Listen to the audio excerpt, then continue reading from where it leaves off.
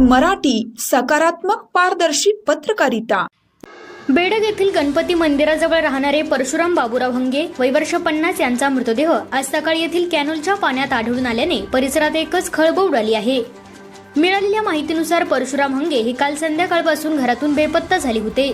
नातेवाईकांनी त्यांचा शोध घेतला असता आज सकाळी स्थानिक नागरिकांना कॅनोलच्या पाण्यात एक मृतदेह तरंगताना दिसला।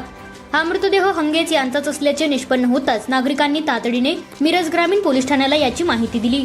घटनेची माहिती मिळताच मिरज ग्रामीण पोलिसांचे पथक घटनास्थळी दाखल झाले। परिस्थितीची गंभीरता ओळखून स्पेशल रेस्क्यू फोर्स या आपत्कालीन पथकास पाचारण करण्यात आले। रेस्क्यू फोर्सच्या जवानांनी विलंब न करता कॅनलमध्ये उतरून मृतदेह बाहेर काढला। बाहेर काढलेला मृतदेह रुग्णवाहिकेतून उत्तरीय तपासणीसाठी मिरज शासकीय रुग्णालयात पाठवण्यात आला आहे। हंगे यांचा मृत्यू नेमका कसा झाला याचा तपास मिरज ग्रामीण पोलीस करत आहेत। या घटनेमुळे बेडग परिसरात हळहळ व्यक्त होत आहे।